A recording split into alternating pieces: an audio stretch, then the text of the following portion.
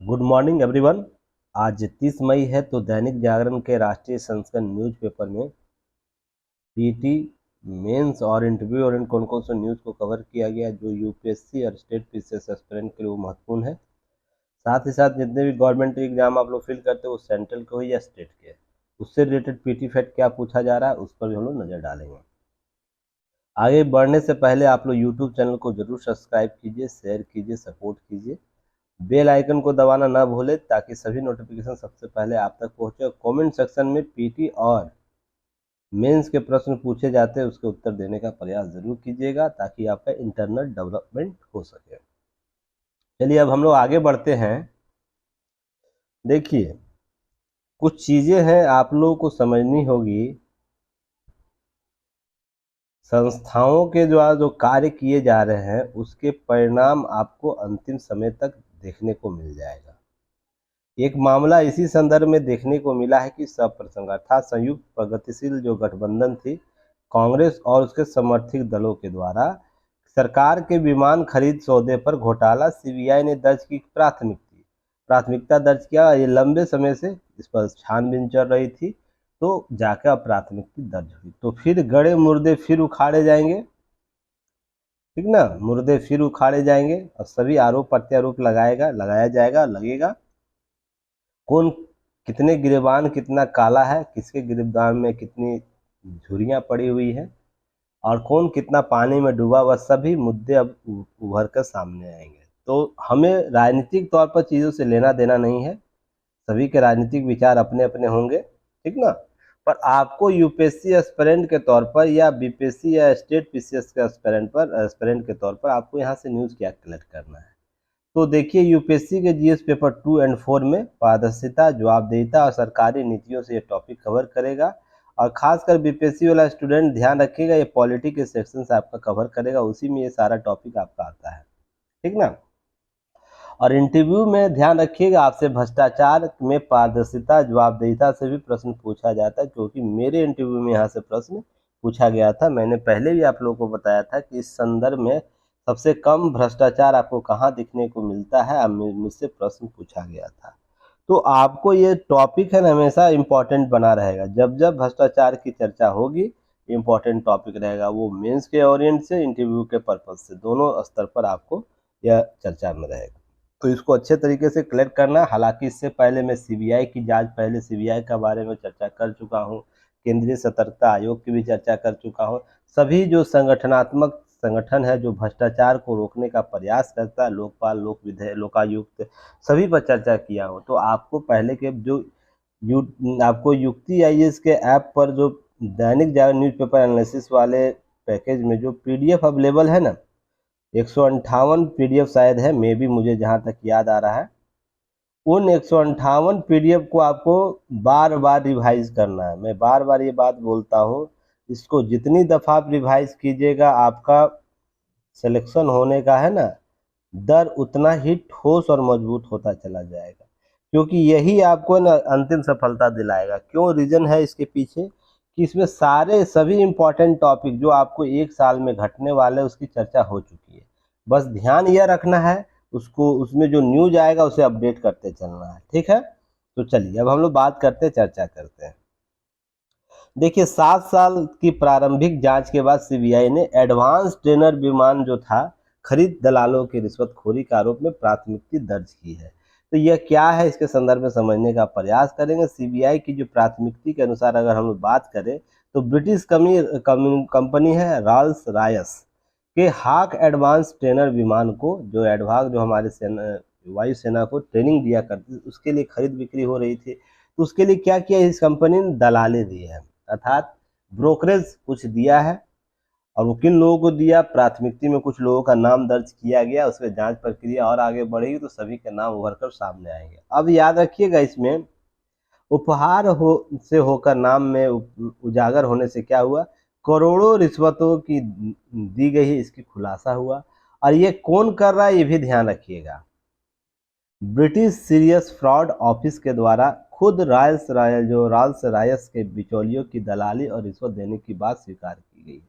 अब यहाँ राजनीतिक तौर पर या तो आपके एस्पिरेंट के तौर पर यह भी समझने की जरूरत है, अभी हाल ही में हिंडनबर्ग रिपोर्ट आया था जिसमें अदानी को 20,000 करोड़ के फेरबदल करने का आरोप लगाया गया था जिस पर पूरा विपक्ष संसद से लेकर रोड तक विवाद किया था। चलिए, बहुत अच्छी बात है, विवाद किया था। अब एक विदेशी रिपोर्ट आपको भी मिल गया, तो क्या अब जो विपक्षी दल है क्या वो अब विरोध करेंगे? जो इसके विपक्षी दल के जो सहयोगी लोग थे क्या वो विरोध करेंगे? क्या और भी सरकार के लोग है विरोध करेंगे? तो सोच के देखिएगा, अब एक ही नाव पर दो सवार लोग आ गए हैं। अब ना इनको गले से उतर, आप याद है सांप और छुछुंदर वाला कहानी सुने हैं? सांप और छुछुंदर का। सांप अगर किसी छुछुंदर को खा ले तो ना वो निगल सकता है ना उसको खा सकता है, वही वाला अब स्थिति होगा। अब जो बीज पहले बोया गया है उसकी फसल आ गई है, अब वो काटा जाएगा। तो इसके संदर्भ में चीजें समझने का प्रयास कीजिए। और जो लोग भारतीय संदर्भ में रिपोर्ट की वरीयता नहीं देते, विदेशी रिपोर्टों को वरीयता देते हैं, वैसे लोगों के लिए भी अब मुंह तोड़ जवाब होगा कि अब इस ब्रिटिश सीरियस फ्रॉड ऑफिस का भी रिपोर्ट को थोड़ा सा आप लोग पढ़िए और उस पर विरोध प्रदर्शन कीजिए। देश में संसद से लेकर रोड तक विरोध प्रदर्शन कीजिए, तो बहुत अच्छा लगेगा। देश की राजनीति, लोकतंत्र मजबूत हो रहा है। खासकर मैं आम आदमी पार्टी और कांग्रेस की बात यहाँ करूँगा, क्योंकि उन्हें लगता है कि देश का है ना सारा लोकतंत्र का जो बेड़ा है इन्हीं दो पार्टियों ने उठा रखा है। बाकी लोग तो चलिए कुछ भाषा मर्यादा बनाए भी रखते हैं, पर इन दो पार्टियों के संदर्भ में ये बात बोली जाती है कि इनको लगता है मेरे अनुसार काम ना हो देश में तो लोकतंत्र खतरे में है। तो अब कौन सा लोकतंत्र, थोड़ा हवालिया इनके संदर्भ में एक दो दिन में स्पष्ट हो जाएगा, उसे हम लोग देखेंगे, ठीक ना। पर ये राजनीतिक पक्ष आपको एग्जाम, बस इसे ही जानकारी के लिए मैं दे रहा हूँ, बाकी चीजें आपको एग्जाम हॉल में नहीं लिखनी है, ठीक ना। अब याद रखिएगा 2003 में तत्कालीन वाजपेयी सरकार के द्वारा इस समझौते के लिए 56,053 करोड़ की 24 हार्ड एडवांस आपको ट्रेनर विमान खरीदने के लिए मंजूर फैसला किया गया था, जिसमें 42 ट्रेनर विमान हिंदुस्तान एरोनॉटिक्स लिमिटेड में बनाए जाने थे, अर्थात भारत में ही बनते उसके लिए, जिसके लिए रॉयल्स रॉयस ने क्या किया, 1944 करोड़ रुपये क्या करता है, उपकरण सप्लाई करना था, जिसमें उसे क्या करना था, लगभग आपको मान के चलिए 1950 करोड़ का मान के चलिए इसे, जिसके लिए उपकरण मुहैया कराना था हाल को, अथा जो एरोनॉटिकल्स है उसको। अब मैन्युफैक्चरिंग लाइसेंस के रूप में राज को जो 56 करोड़ रुपये दिया जाना था। समझौते के शर्त थी, जो समझौता वाजपेयी जी के सरकार के दौरान किया गया था, बिचौलिया पाए गए तो सौदा रद्द किया गया। यह समझौता में शामिल किया गया था, अगर किसी प्रकार का बिचौलिया पाया जाता है इस एग्रीमेंट में तो उसको रद्द कर दिया जाएगा। आपूर्तिकर्ता को यह लिखकर देना कि करार के संबंध में किसी व्यक्ति ने रिश्वत का भुगतान नहीं किया। सोच के देखिए, जिसके मेमोरेंडम में यह शामिल किया गया है कि किसी स्तर पर भ्रष्टाचार नहीं किया जाएगा और शर्त उल्लंघन होने पर कंपनी पर जुर्माना भी लगाया जाएगा, उसे पनिश भी किया जाएगा, शर्त ऐसा रखा गया है। पूरे समझौते पर अमल मनमोहन सरकार जी के दौरान हुआ और आयकर विभाग 2006-07 में रॉयल्स इंडिया दफ्तर में तलाशी ली, जिसमें बिचौलियों के और उसके जो भी लोग थे क्या हुए उनके शामिल होने की बात आती है। अब 2012 में यही कहानियां स्टार्ट होती है, जांच प्रारंभ होती है। सीरियस फ्रॉड ऑफिस जो ब्रिटिश ऑफिस है सामने, इसके माना कि सौदे में हासिल करने के लिए उसने इंडोनेशिया, थाईलैंड, चीन, मलेशिया, भारत समेत कई देशों में दलाली की है। अर्थात इस कंपनी ने यह माना कि जो इस प्रकार के विमान निर्माण करने के लिए जो बातें सभी देशों में चल रही थी, जिसमें भारत भी शामिल है, उसमें बिचौलिए दलाली का कार्य वो किया है। अब 2017 में क्राउन कोर्ट के फैसले में रॉयल्स रॉयस को स्वीकार्यता का जिक्र है, जिसमें उसने क्या कहा है, ध्यान रखिएगा कि बिचौलियों की सूची आयकर विभाग को वापस लेकर नष्ट कराने के लिए 14 करोड़ रुपए से अधिक रिश्वत दिए गए थे। अर्थात बिचौलियों की सूची भी लेकर है ना नष्ट करने के लिए क्या किया गया था, 14 करोड़ के रिश्वत दिए गए थे। और हाल को ये सब चीजें पता नहीं थी। और मैन्युफैक्चरिंग लाइसेंस फीस 31 करोड़ से बढ़ाकर 56 करोड़ रुपए किए गए और 8 करोड़ इसके लिए दलाली दी गई। सोच के देखिएगा, ये सब चीजें है ना कराई गई। अब यहाँ बात आता है कि जब जिसके एग्रीमेंट में ही साफ तौर पर कहा गया हो तो वो भ्रष्टाचार के स्तर का किसी भी हद तक पालन ना हो पाना जो नई सरकार थी उसकी जवाबदेहिता के अर्थात उसके मेरिट पर प्रश्न खड़ा हो जाता है ना। इसलिए ध्यान रखिएगा, इन सब चीज़ों की जांच बहुत ज़रूरी हो जाती है। कम से कम इतने बड़े स्तर पर जहां रक्षा का मामला हो, जहां आंतरिक सुरक्षा का मामला हो, वहां पर इन सब चीज़ों से बचाए रखने की जरूरत है। अब देखने को मिलेगा यहाँ पर संबद्ध जो एजेंसियां हैं वो कैसे कार्य करने वाले, संबद्ध लोग जो है पार्टियां हैं वो कैसे काम करेगी और संस्था जो हो कैसे काम करेगी। तो हम लोग वेट करेंगे 2 से 3 दिन का, ताकि न्यूज़ इस पर जो भी निकल कर आए, क्योंकि पहले बोल देना अच्छा नहीं लगता है, मर्यादित नहीं है। बोला तो बहुत कुछ जा सकता है पर मर्यादित नहीं होगा, तो आपको मर्यादित भी रहना है क्योंकि आप न्यूट्रल व्यक्ति हैं। तो थोड़ा सामने आ जाने दीजिए सभी लोगों की बयानबाजियां को, थोड़ा देख ले समझ ले, उसके बाद क्या विज्ञप्ति आती है, सरकारी विज्ञप्ति, उसके बाद समझा जाएगा इसके संदर्भ में। ठीक है, चलिए अब आपके लिए केस स्टडी है उन सभी बच्चों बच्चियों के लिए जो प्यार मोहब्बत इस परवान के चक्कर में पड़े रहते हैं। ठीक ना, पहले घटना देख लीजिए, निर्ममता देख लीजिए, किस प्रकार से हत्या की जा सकती है, किस क्रूरता के साथ की जा सकती है किसी सिरफिरे के द्वारा। इन सब चीज़ों को समझने का प्रयास कीजिएगा। और केस स्टडी क्यों है, इससे आपको सीखा जा सकता है कि सिरफिरे ने किशोरी को चाकू से किए 34 वार, पत्थर से कुचला सिर, तमाशा देखते रह गए लोग। लाइन समझ रहे हैं। तो यहाँ पर देखिए घटना हुआ है क्या, दिल्ली के एक इलाका है शाहबाद, जिसमें 16 वर्षीय किशोरी की सड़क किनारे निर्मम तरीके से हत्या कर दी। अब व्यक्ति विशेष साहिल खान है, तो देखिए व्यक्ति विशेष पर भी मत जाइएगा, ठीक ना। ये मुस्लिम है इसलिए ऐसा कर रहा है, वो अलग पक्ष है या नहीं पक्ष है वो समझने का प्रयास मत कीजिएगा। इसको भी फिलहाल किसी और रंग से मत देखिएगा। यहाँ मानवीय स्वभाव को पढ़ने की जरूरत है। और क्या कोई व्यक्ति विशेष इतना जाहिल और कातिल बन सकता है अपने किसी मंशा को पूरा करने के लिए, किसी व्यक्ति विशेष पर इतनी बार हमला कर दे। यह ज़्यादा इम्पोर्टेंट है केस स्टडी के तौर पर। यह हम और आप कोई भी व्यक्ति यहाँ हो सकता है, ध्यान रखिएगा, और लड़कियों में कोई भी हो सकती है। तो यहाँ पर ध्यान रखना है कि 66 सेकंड में ही किशोरी पर केवल 34 बार चाकू घोंप दिया गया, मारा गया, बल्कि लहूलुहान होकर जमीन के सिर गिरने के बाद 5 बार लात भी मारी गई। सड़क किनारे पत्थर उठाकर उसे सिर पर 6 बार वार किया गया। अर्थात किसी व्यक्ति विशेष के दिमाग में इतना खून सवार है या इतना इस प्रकार घटना करने में उसे यह भी तक आभास नहीं है कि सामने किस प्रकार की घटनाएं किया जा रहा है। और ये तो हद तो चलिए ठीक था, समझा जा सकता है, क्योंकि वो इसमें उसका दिमागी संतुलन सही नहीं रहा होगा, बीपी उसका हाई होगा, बहुत सा उसका चीज़ें, सब चीज़ें समझी जा सकती है। उस निपुंसक भीड़ की क्या कहना जहाँ पर इतना दुखदायी घटना घट रहा है, किशोरी को हत्या किया जा रहा है और भीड़ तमाशबीन बनकर देखा जा रहा है। जब इसकी बहू बेटी या पत्नी की हत्या ऐसे की जाएगी तभी उसमें खून खोलेगा।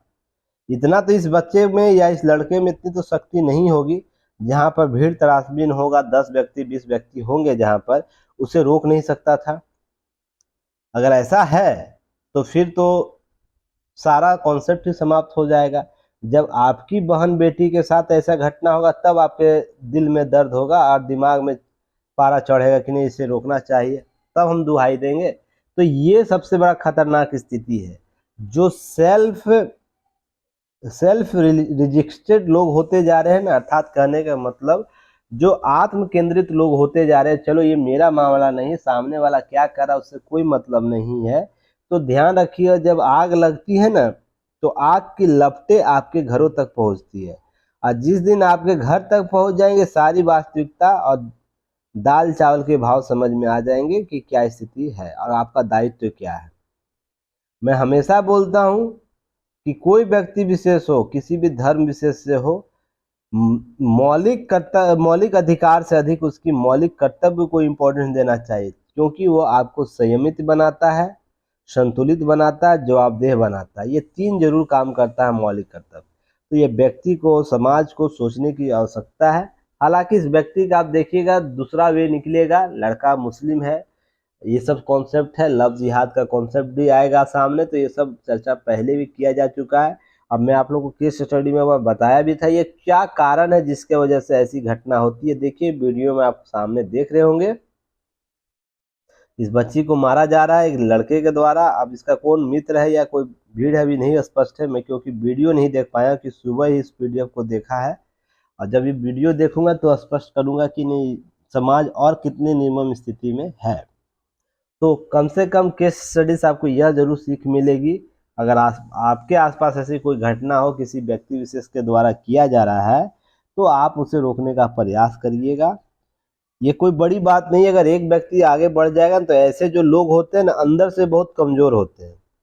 जो आप देख रहे हैं इस व्यक्ति का चेहरा देख रहे हैं ना, कि अंदर से बहुत कमजोर होते हैं, डरपोक टाइप के होते हैं। जब इस पर भीड़ कभी हावी हो जाएगी ना तो इसका हाथ पैर फूलने लगेगा। जो इतनी तीव्रता से मारा है ना, इसमें इसका धड़कन ही तेज हो जाएगा। तो कभी तो हिम्मत करिएगा आप लोग।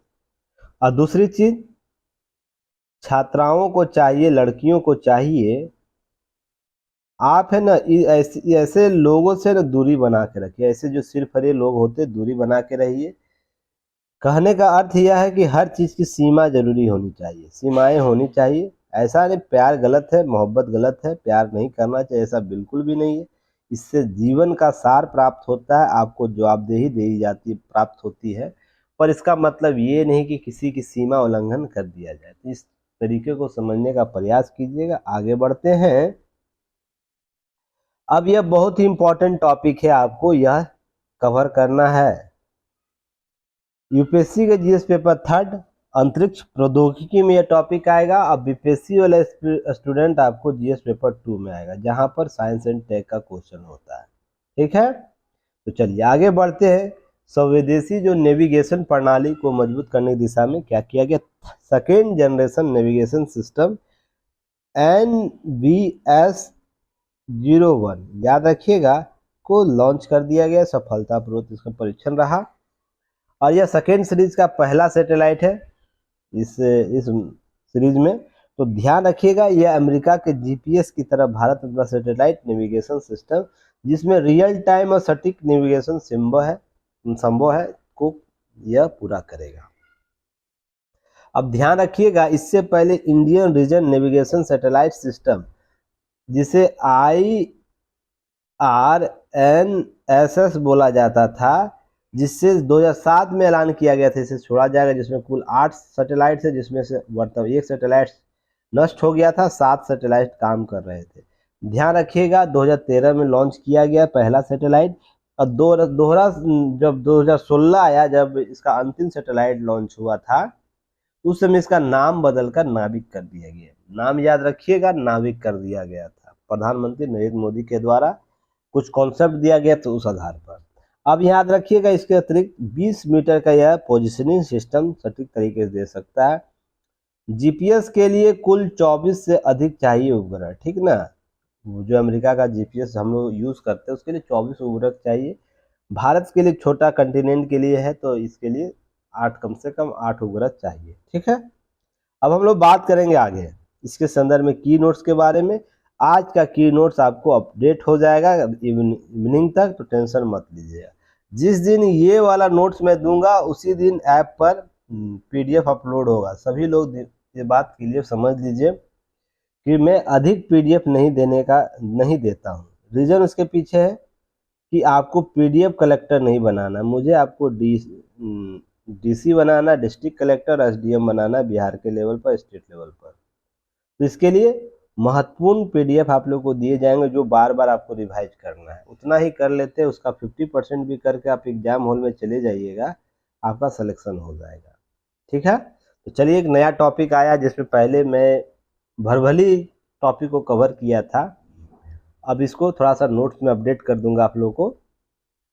तो क्षेत्रीय उपग्रह नेविगेशन प्रणाली, जिसे नाविक हम लोग बोलते हैं, भारत नक्षत्र में नेविगेशन, अर्थात जो क्षेत्र है भारत का जो क्षेत्र है उससे 1500 किलोमीटर दूर तक क्या करेगा, अपना इसका चित्रण करेगा। इसके लिए इसके क्षेत्र में आपको 8 सैटेलाइट लगाए गए, जो वर्तमान में 7 कार्य कर रहे हैं, ध्यान रखिएगा।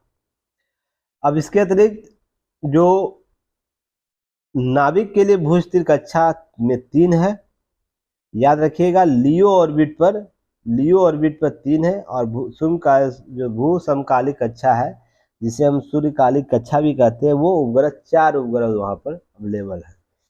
अब यहाँ पर ध्यान यह रखने वाली बात आप लोग के लिए है कि नेविगेशन सिस्टम 7 उपग्रहों के समूह में 20x7 स्तर पर काम कर रहा है, और उससे हमें सूचनाएं उपलब्ध करा रहा है।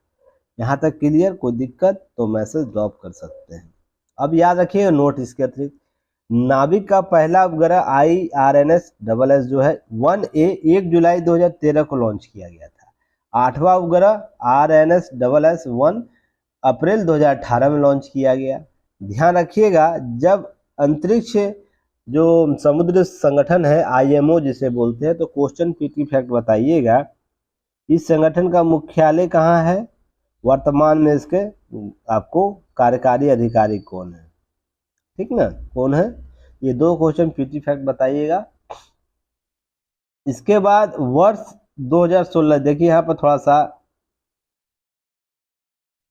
मिसप्रिंट हो गया है, 2020 कर लीजिएगा इसको, ठीक ना, 2020 कर लीजिएगा इसे, में नाभिक को हिंद महासागर क्षेत्र में संचालन के लिए world wide radio navigation system के रूप में मान्यता दिया गया, अर्थात भाग के रूप में मान्यता दिया गया।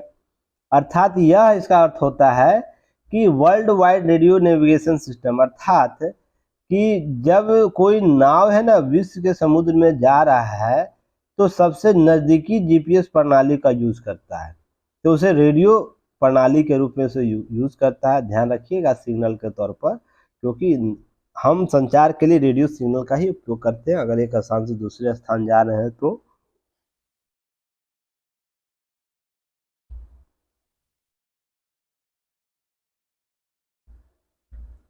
एक सेकंड होल्ड कीजिएगा।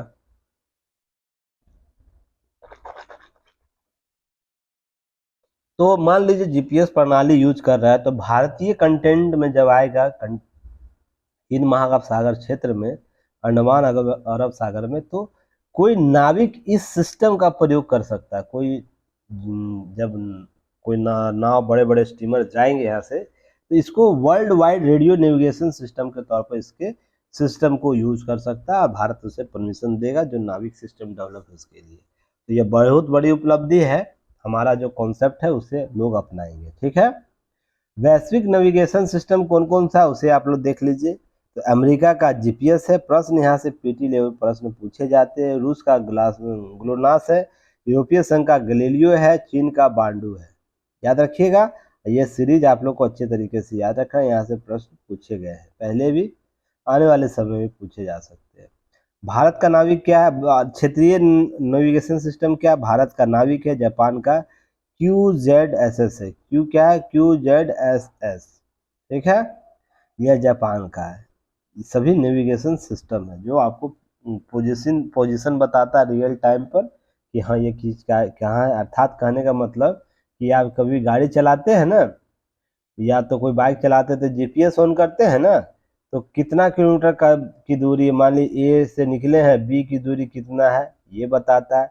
आपकी गाड़ी कहाँ है ये बताता है, आपकी स्पीड कितनी है ये बताता है, तो आप किस दिशा में मुड़ना, ये सब सारी चीज बताते हैं। तो ये रियल टाइम पर ही होता है, ठीक ना, रियल टाइम पे आपकी स्पीड क्या है, रियल टाइम में आप कितने किलोमीटर दूरी तय करनी है, सभी रियल टाइम पर होते हैं, जो आपके और हमारे जीवन को थोड़ा सा आसान बनाता है।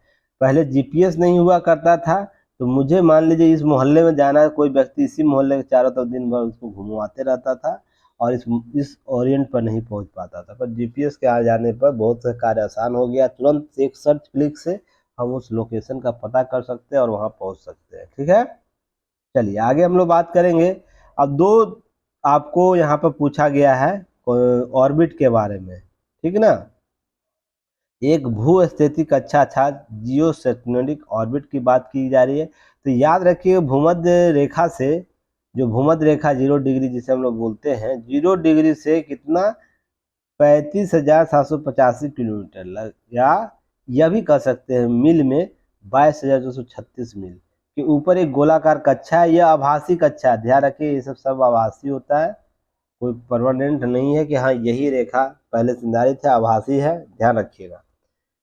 एक उपग्रह कक्षीय घंटा 23 घंटा 56 मिनट तक होती है, ध्यान रखिएगा कि घूर्णन अवधि के बराबर था, लगभग 24 घंटे के आसपास होती है यह, इसलिए इसे क्या बोलते हैं हम लोग, सूर्य भूस्थिति कक्षा। जैसे भूमि होगी, जैसे पृथ्वी की घूर्णन गति होती है, वैसे यह कक्षा के साथ घूमेगा, 24 घंटे में अवधि पूरा करेगा। क्लियर। आगे याद रखना है कि सूर्यकालिक क्या होता है। तो सूर्यकालिक होता है निम्न कक्षा पर या फिर लियो ऑर्बिट में स्थापित किया जाता है, लगभग जिसमें 1000 किलोमीटर तक, यह 600 भी स्टार्ट होता है, 800 से भी, और 1000 तक जाता है, अर्थात 600 से लेकर 800 तक के रेशियो में इसके स्थापित किया जाता है। अब याद रखिएगा यह कक्षा उपग्रह के उत्तर से दक्षिण की ओर प्रक्षेपित करती है। तो पृथ्वी किस दिशा की ओर प्रक्षेपित करती है, कमेंट सेक्शन में बताइएगा। तो ठीक है, चलिए नेक्स्ट हम बात करेंगे एक निश्चित ऑर्बिट में किसी ग्रह के चारों ओर घूमने वाली वस्तु को उपग्रह कहते हैं। एक पृथ्वी अपने उपग्रहों की ऊंचाई के अनुसार कक्षाओं में वर्गीकृत है, अर्थात पृथ्वी जो ऊंचाई है उसके आधार पर उसका वर्गीकरण किया गया कक्षाओं का। तो उसे 3 वर्गों में विभाजित करते हैं, ध्यान रखिएगा। आपको हाई अर्थ ऑर्बिट जिसे हम लोग बोलते हैं, उसके मीडियम अर्थ ऑर्बिट बोलते हैं, उसका लो अर्थ ऑर्बिट बोलते हैं, लियो। तो ये सब चीजें आप लोग को याद होनी चाहिए। अब हम लोग बात करेंगे प्रक्षेपण यान प्रौद्योगिकी क्या है, भारत की लॉन्चिंग व्हीकल टेक्नोलॉजी क्या है। तो एसएलवी, एएसएलवी पहले भी मैंने चर्चा किया हूँ, पीएसएलवी और जीएसएलवी, है ना। तो याद रखिए सैटेलाइट लॉन्चिंग व्हीकल उपग्रह प्रक्षेपण यान है। आपको एग्रूमेंटेड सैटेलाइट आपको लॉन्चिंग जो व्हीकल है, संवर्धित उपग्रह प्रक्षेपण यान के तौर पर जाना जाता है। उसके बाद आपको एक सेकेंड होल्ड कीजिएगा। पीएसएलवी ध्रुवीय कक्षा प्रक्षेपण, ध्रुवीय उपग्रह प्रक्षेपण यानी पोलर सैटेलाइट आपको इसको बोला था, सैटेलाइट लॉन्चिंग व्हील। उसके बाद जीएसएलवी जियोस्टेनियस लॉन्चिंग व्हील, इसे जैसे सूर्यतालिक ग्रह भी बोलते हैं। इसमें बहुत से ग्रह पीछे छूट जाते हैं जिसकी जानकारी हमें मिलती है बार बार। ठीक है। उसके भारत का अंतरिक्ष कार्यक्रम याद रखिएगा, भारत का राष्ट्रीय उपग्रह प्रणाली जिसे इनसेट हम लोग बोलते हैं, सुदूर संवेदी उपग्रह प्रणाली जिसे हम IRS सिस्टम बोलते हैं। उसके बाद एनिक्स सिस्टम है। आपको ये सब कार्य भारत सरकार द्वारा किया जा रहा है। कम से कम अभी क्या करना है, आपको खोज कर लेना इसके बारे में, लगातार जैसे जैसे आएगा न्यूज हम लोग कवर करते जाएंगे। उसके बाद अंतरिक्ष प्रदूषण, क्रायोजेनिक इंजन, सभी पर अंतरिक्ष प्रौद्योगिकी कार्य कर रहा है। तो आपको ये सब जानकारी हासिल करनी है अभी फिलहाल गूगल से। ठीक है, चलिए आगे हम लोग बात करेंगे। आगे बात करते हैं, एक सेकंड कहाँ चला गया जी। देखिए यहाँ पर आदिनम के बारे में दिया गया थोड़ा सी जानकारी, आप लोग इसे जरूर कर लीजिएगा। क्वेश्चन का उत्तर बताइए, पीटी फैक्ट क्वेश्चन का। दक्षिण भारत में अयनार और नयनार एक कॉन्सेप्ट था, वो क्या है, इसमें कितने लोग शामिल होते थे, उनका कर्तव्य क्या था, इसका उत्तर आप लोग लिख के भेजिएगा कम्युनिकेशन ग्रुप में या दैनिक जागरण न्यूज़पेपर एनालिसिस वाले ग्रुप में। युक्ति IAS सभी डाउनलोड कर लीजिए ताकि इसका लाभ आप सभी को मिल सके। क्लियर है। चलिए कुछ पैटी फैक्ट आप लोग को कवर करना चाहिए, सभी मुझ पर ही मत डाल दीजिए, नहीं तो अतिरिक्त बोझ आ जाएगा। फिर जो क्रीम आप लोग को देना वो क्रीम नहीं दे के हम क्या करेंगे, क्रीम छूट जाएगा, आपको दूध केवल मिल जाएगा जिससे कोई फायदा उदा होने वाला नहीं है। बस पीजिएगा, पेट भरेगा, ठीक ना। आउटपुट क्रीम से मिलेगा और क्रीम स्टूडेंट ही सिलेक्शन लेता है, ध्यान रखिएगा। अब चलिए हम लोग आगे बात करेंगे इसी में। मॉडल होगा उत्तराखंड का समान नागरिक संहिता। तो जल्द से जल्द इस पर कार्य पूरा हो गया है। आपको उत्तराखंड आपको समान नागरिक संहिता लाने वाला है, जिसके लिए कमेटी बनी थी UCC के लिए ड्राफ्ट तैयार करने के लिए। आपको 27 मई 2022 को याद रखिएगा गठित किया गया था। अब 1 साल होने को है। जस्टिस रंजना प्रसाद देसाई के प्रमुखता अध्यक्षता में यह कमेटी गठित की थी। बहुत से रिकमेंडेशन इसके द्वारा किए गए हैं। 90% इनका कार्य हो चुका है, ध्यान रखिएगा।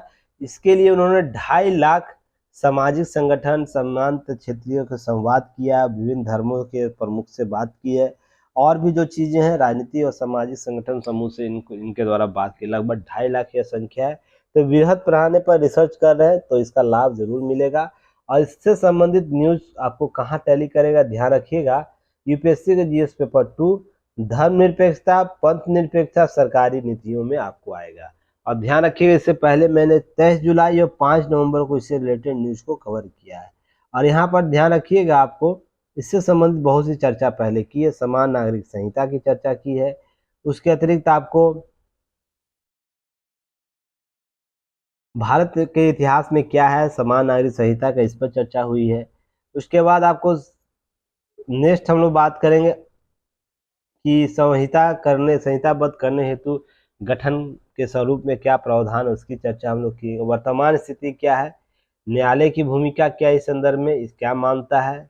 उसके बाद भारत में ध्यान रखिएगा और भी बढ़ावा देने के लिए समान नागरिक संहिता को बढ़ावा देने के कार्य किए जा रहे हैं वो कौन कौन से हैं, क्यों जरूरी है, इस पर चर्चा की गई है। उसकी चुनौतियां क्या है, इसकी चर्चा की गई है। अनुच्छेद 25 क्या कहता है, इसकी चर्चा की गई है। और लास्ट में आपको आंसर राइटिंग दिया गया है। तो एक क्वेश्चन का आंसर आप लोग लिखिएगा, इसी क्वेश्चन का आंसर आप लोग लिखिएगा, सारे लोग इस आंसर को लिख लीजिए। जैसे समान नागरिक संहिता सर्वांगीण विकास के लिए एक आवश्यक शर्त है, क्या आप इस कथन से सहमत हैं? उक्ति युक्त तथ्यों के आधार पर इसकी जांच करें या इसको प्रस्तुत करें, ऐसे प्रश्न पूछ सकता है, तो इसे कवर करने का प्रयास कीजिए। क्लियर? चलिए आगे हम लोग बात करेंगे। आज का न्यूज इतना ही रहेगा, ज़्यादा न्यूज है नहीं, ध्यान रखिएगा। उसके बाद सेना पीटी फैट के तौर पर सेना में संयुक्त राष्ट्र शांति सैनिक को 25वां अंतर्राष्ट्रीय दिवस मनाया गया। उस अवसर पर 159 भारतीय सेनाओं जवानों को शहीद जो हुए उनके माल्यार्पण किया गया, उनको सैल्यूट किया गया। ध्यान रखिएगा, अब तक यूएन के शांति सम्मेलन में लगभग 2,75,000 सैनिकों ने शिरकत किया भारत से। बहुत बड़ा संख्या होता है, इसे अच्छे तरीके से कवर करना, समझने का प्रयास कीजिएगा, ठीक है। उसके बाद हम लोग बात करेंगे, आगे बढ़ने से पहले आप लोगों को करना क्या, युक्ति है इसका ऐप डाउनलोड कर सकते हैं। कहाँ से?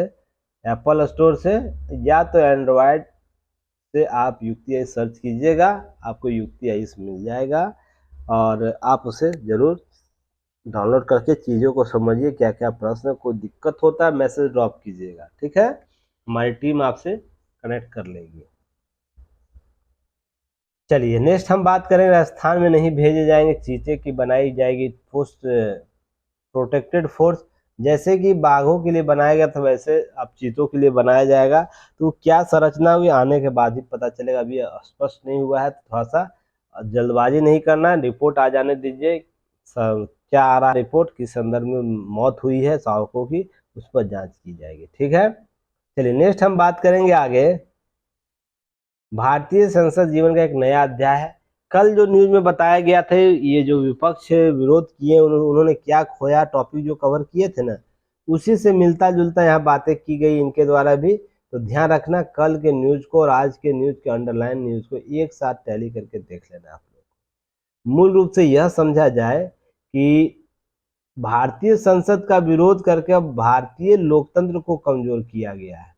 आपका व्यक्तिगत स्वार्थ हो सकता है, व्यक्तिगत हित हो सकता है, पर स्वतंत्रता मिलने के बाद आपका केवल राष्ट्र के प्रति समर्पण भाव होना चाहिए। अगर ऐसी स्थिति है तो बेहतर है, नहीं तो फिर स्थितियां खराब होती चली जाएंगी। ये सब चीजें आपको ध्यान में रखना होगा, ठीक है। चलिए आगे हम बात करेंगे इन सब चीज़ों को लेकर। और सभी चीज़ें कल वाला ही चर्चा किया गया, तो इसे थोड़ा सा क्या करना आप लोगों को एक बार रिवाइज कर लेना कि कल का न्यूज आपको साथ में कवर हो जाए, ठीक है। चलिए अब इतिहास के गुम गौरवशाली चोल साम्राज्य, बहुत तथ्य इसमें दिए गए हैं चोल साम्राज्य से संबंधित, तो इसको सारे अंडरलाइन को आपको क्या करना, की नोट्स बना लेना है। चोल साम्राज्य में राजा कौन थे, चोल साम्राज्य का वंश कब था, किन किन क्षेत्रों में इनके द्वारा आक्रमण किया गया विदेशी भूमि पर, जैसे Sri Lanka, Bangladesh, Burma, Malaysia, Thailand, Myanmar, Malaysia, Indonesia, Singapore, Cambodia. देख रहे होंगे, भारत का नक्शा बनाया जाए तो ये क्षेत्र से लेकर आपको पूरा क्षेत्र पर इनके द्वारा कब्जा था, है ना।